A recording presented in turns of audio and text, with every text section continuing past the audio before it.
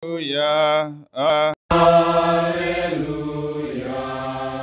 Sabda Allah itu hidup dan penuh daya, menguji pikiran dan segala maksud hati.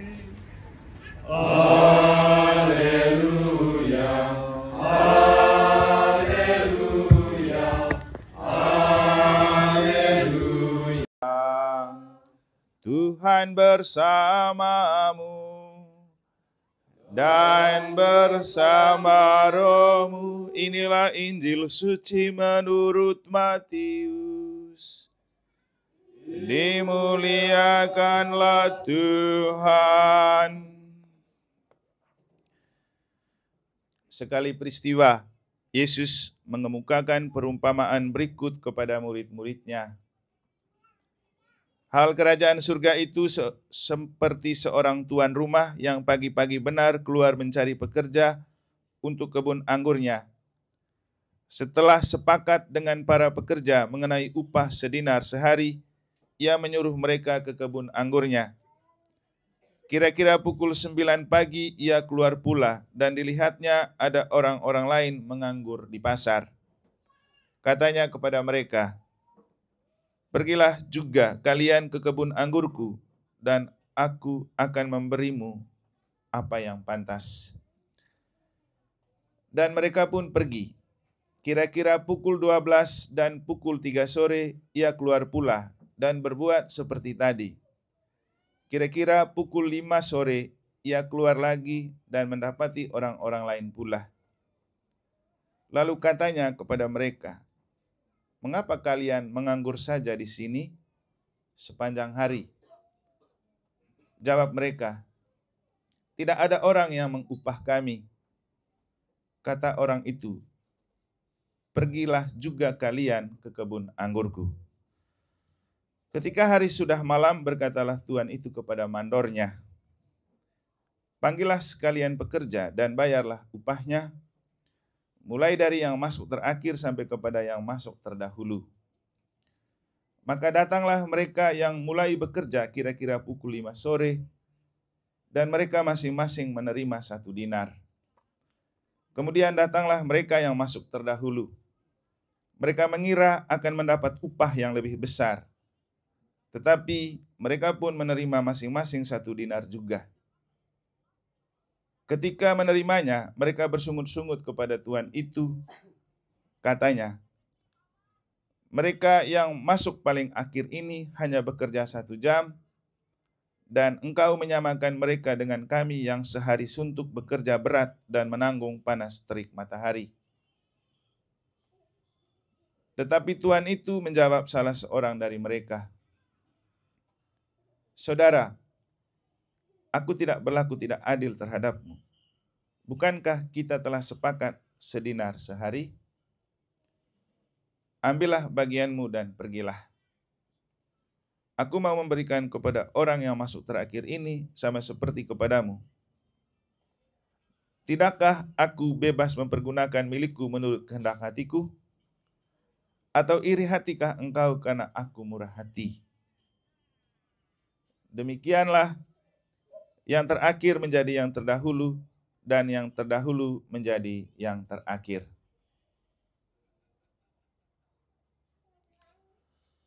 Demikianlah sabda Tuhan. Terpujilah Kristus. Saudara, iri hatikah engkau karena aku murah hati? NDMA CKN, Bapak Ibu Saudara-saudari, keluarga besar Kolang yang saya kasihi dalam Tuhan. Pakai melaju ke deh, kayaknya ada yang tidak tahu bahasa Manggarai. Campur saja nanti. Iya, campur sari. Tadi sore waktu minum, saya itu lanjutkan makan serabe. Serabe itu kan makanan khas Manggarai yang dikirim oleh Mama Revi beberapa hari lalu. Tiba-tiba saya pikir nanti misa di keluarga Kolang. Saya coba lihat bacaan. Dan saya merasa tertarik dan tersentuh ketika ada kata-kata Saudara, iri hatikah engkau karena aku murah hati? Lalu tadi di status WA dan IG serta FB, saya lalu bikin caption. Ini pesan yang menarik dari Injil untuk kita membuat revolusi hati. Bagaimana menata ulang hati untuk tidak menjadikan hati sebagai tempat kita iri, tetapi tentang murah. Nah, inilah yang coba saya maknai untuk kita, karena ini masalah utama dalam hidup, iri hati dan murah hati. Hati itu ada 2 bilik. Kenapa ada 2 bilik? Satu untuk Tuhan, satu untuk hantu. Ada 2 bilik kan, jadi Tuhan dan hantu itu beda tipis. Tergantung siapa yang menguasai hati. Kalau Tuhan menguasai hati, maka yang terlahir adalah murah hati. Tapi kalau hantu yang menguasai hati, yang terlahir adalah iri hati. Itu baru satu dari beberapa bentuk ekspresi iblis. Nanti suatu saat kalau ada rekoleksi, kita kasih judul revolusi hati untuk melihat hati itu sebagai tempat bait Allah atau kandang setan. Kenapa? Ada 7 dosa pokok yang disimbolkan oleh 7 binatang, tapi juga ada 7 buah roh yang menyimbolkan kalau hati itu baik Allah atau dikuasai oleh Allah, maka yang ada itu 7 buah roh, kasih, sukacita, damai sejahtera, dan lain-lain. Tapi kalau hati dikuasai oleh iblis atau hantu, maka ada 7 binatang yang akan menghuni hati, mulai dari babi, kambing, macam-macam. Tapi untuk sekarang kita tidak melihat itu. Yang paling penting untuk kita adalah memaknai kembali kata-kata naica anggit tukaca leleng. Naica anggit tukaca leleng. Berarti kalau dibikin gambar, naica anggit itu orang punya nafas disatukan begini. Orang punya perut disatukan. Karena kalau kita bicara naica anggit tukaca leleng, maka kita harus kembali ke hati. Dan ada istilah lembak nai atau nai ngalis tukang engga. Itu dalam kitab suci dan ajaran Katolik disebut kasih. Naica anggit tukaca leleng hanya bisa dilakukan kalau nai ngalis tukang engga.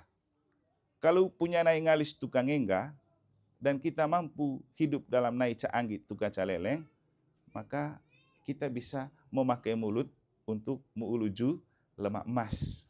Tanpa bersumber dari hati yang punya kasih, tidak akan pernah kita muuluju lemak emas.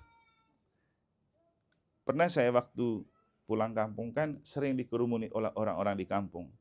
Lalu ada anak-anak dan orang yang komentar begini, kenapa setiap kali Romo Eman pulang banyak sekali yang kerumun dan yang sayang. Lalu orang itu jawab, karena dia punya kasih.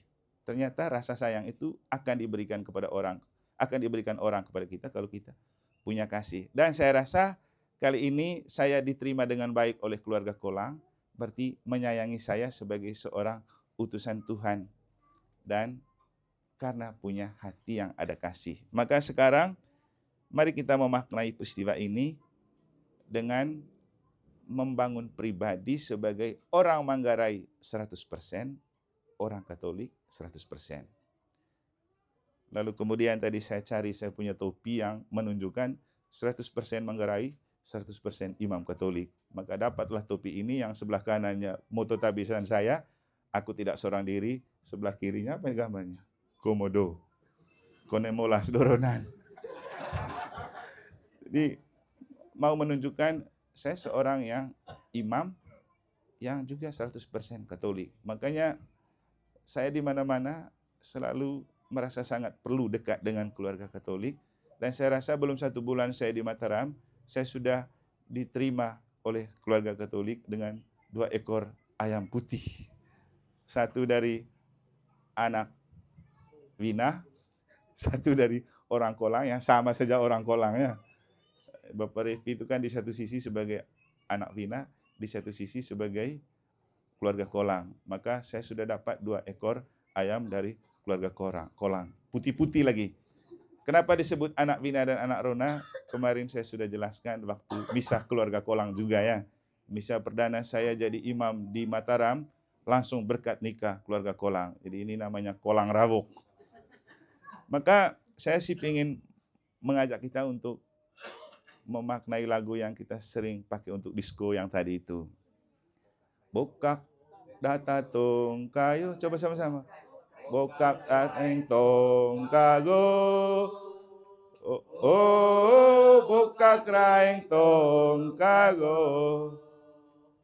Okoe sale kolang, kolang kokor gola tadi. Lanjutnya bagaimana itu ya? Salego, oh sai aku halego.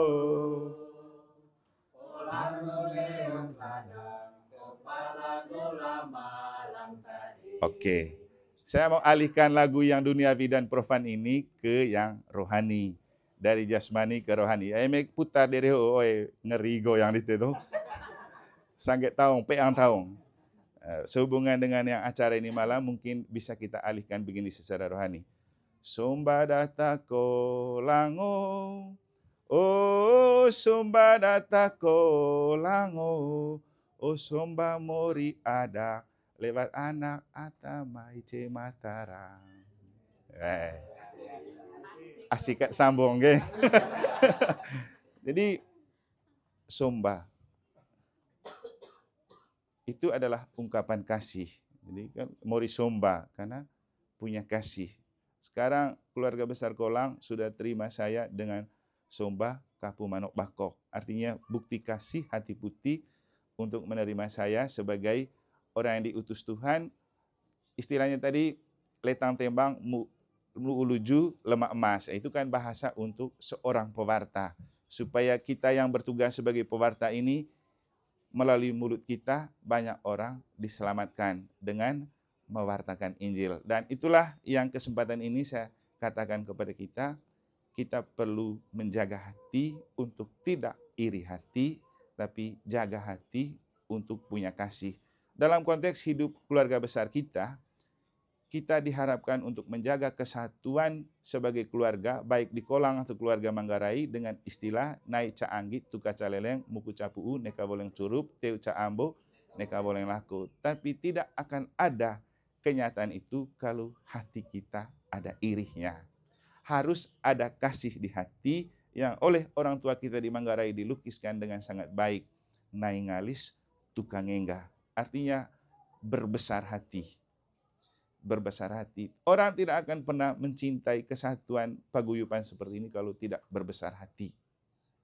Dan orang berbesar hati pasti akan selalu melahirkan kata-kata seperti emas. Jadi muuluju lemak emas.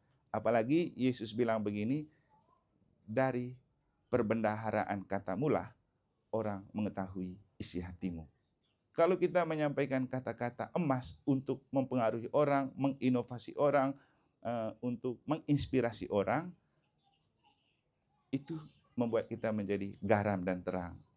Dan saya pribadi merasa inilah kekuatan utama untuk saya, dan saya bersyukur dilahirkan sebagai orang Manggarai dan jadi imam, karena ternyata ketika pandai manuk tenghang turung laku, ada harapan supaya wake calar gerba saung embang gereta lalong bakok karong lakon kudut lalong rombeng lalong pondong dungon lalong rombeng dukolen. Artinya pergi dengan ayam yang ekornya kusut satu arah, pulang berkembang begitu, menjadi berkat untuk orang.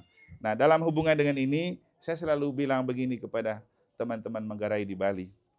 Jangan lupa kita itu datang dengan pesan lalong pondong dungon, lalong rombeng dukolen. Bukan lalong pondong dungon, lalong boreng dukolen.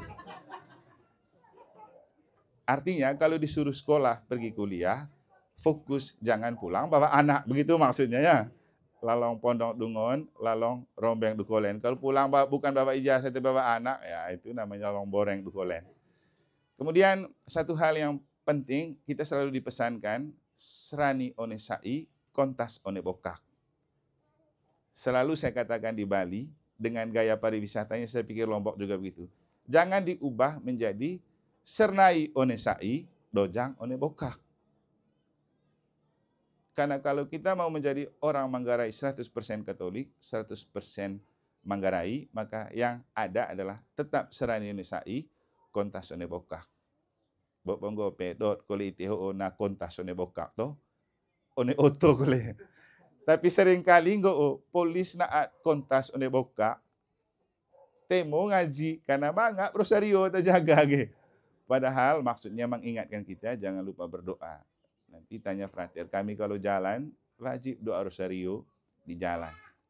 Saya sendiri juga seperti yang saya bilang kemarin, saya itu gantung rosario di leher saya supaya selalu pakai untuk berdoa. Makanya di gereja kalau habis komuni dan masih ada waktu, pasti saya doa rosario. Apalagi tugas di paroki Santa Maria Immaculata Mataram. Jadi penting untuk dekat dengan Bunda Maria karena itu membuat kita selalu hidup dalam berkat Allah.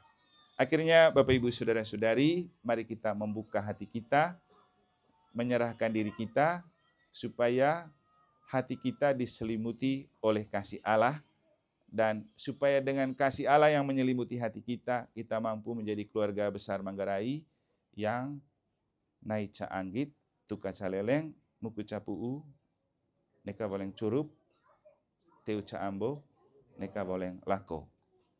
Berwasiat untuk keluarga besar Manggarai Kolang, berjalanlah selalu bersama Tuhan dan kasih-Nya Tuhan memberkati.